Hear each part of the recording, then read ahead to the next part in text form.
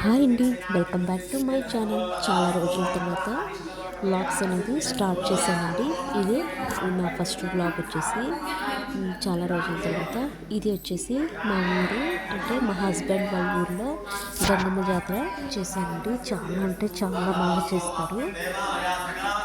ముద్దలదొడ్డి కోసవారిపల్లి గ్రామం అండి. బలపవారిపల్లి అమ్మవారి జాతర అంటారు.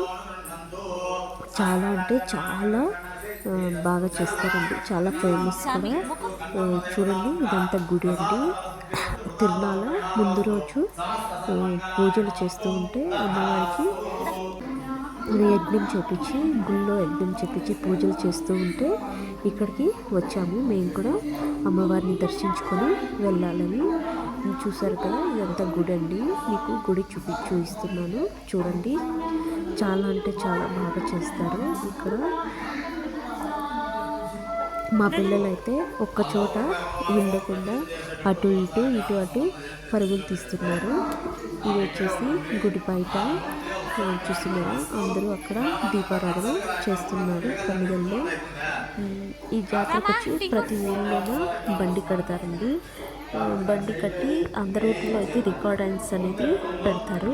మా ఊరు వాళ్ళు మాత్రం రికార్డెన్స్ లేకుండా కోలాటం ఉంటాయి కదండి.